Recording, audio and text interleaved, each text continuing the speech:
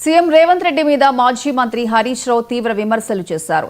రేవంత్ రెడ్డి ఎన్నికల ముందు రజని తర్వాత గజని అనే ఎద్దేవా చేశారు. రాహుల్ గాంధీ ఇచ్చిన హామీలు నెరవేర్చకపోగా తెలంగాణ ముఖం కూడా చూడలేదని అన్నారు. స్థానిక ఎన్నికల్లో బీఆర్ఎస్ బాకీ కార్డు బ్రహ్మాస్త్రం అవుతుందని అభిప్రాయపడ్డారు. కాంగ్రెస్ కు బీఆర్ఎస్ బాకీ కార్డు ఉరితాడి అవుతుందని వ్యాఖ్యానించారు హరీష్ రావు. ఎలక్షన్లు అయినాక గజనీకాంత్ అయిపోయింది రేవంత్ రెడ్డి. అంత గజనీకాంత్ మాటలు, అంత మోసం. ఆ రోజేమో గాంధీల మాట చెప్పి రేవంత్ రెడ్డి ఎవరు నమ్మడని గాంధీల మాట చెప్పి సంతకాలు పెట్టి బాండ్ పేపర్ మీద రాసి ఇంటింటికి బాండ్ పేపర్లు వచ్చిండ్రు.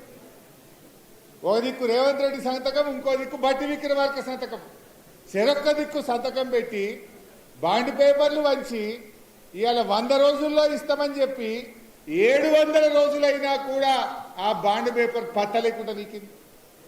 ఇక బట్టి విక్రమార్క అయితే తెగ చెప్పిండు, భద్రంగా పెట్టుకొని బాండ్ పేపర్ 3 నెలలు దాచుకొని 3 నెలలు దాచుకుంటే అయిపోయి అన్నీ అయిపోతాయి.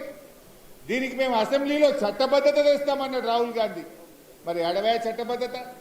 మొదటి క్యాబినెట్లోనే చట్టబద్ధత తెస్తామన్నారు. 30 క్యాబినెట్లు అయింది, చట్టబద్ధత లేదు, అసెంబ్లీలో పెట్టింది లేదు, బాండ్ పేపర్ గురించి మళ్ళీ రివ్యూ చేసింది లేదు. పెద్ద పెద్ద మాటలు మాట్లాడిన రాహుల్ గాంధీ పత్తకు లేకుండా వీకిండిగా ఇటాంకలు వస్తే ఏడేవాడని నన్ను పట్టుకుంటాడేమో, అడుగుతాడేమో.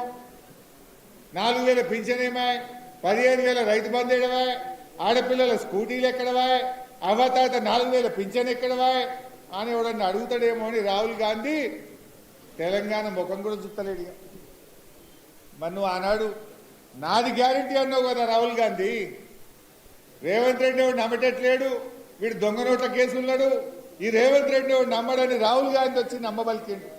నాది జిమ్మెదార్, 4,000 పింఛన్ ఇప్పించే జిమ్మెదార్ నాదన్నావు కదా. 6 గ్యారంటీలు 100 రోజుల్లో అమలు చేస్తా అన్నావు కదా. మరి ఏమైందో రాహుల్ గాంధీ ఇలా తెలంగాణ ప్రజలకు సమాధానం చెప్పాలి కదా. ఈ బాకీ కార్డే బ్రహ్మాస్త్రం అవుతుంది రేపు లోకల్ బాడీ ఎన్నికల్లో. ఈ బాకీ కార్డు, మన బాకీ కార్డు ద్వారా ప్రజలకు వివరిస్తే ఇది కాంగ్రెస్ పాలిట ఉరి తాడైతుంది.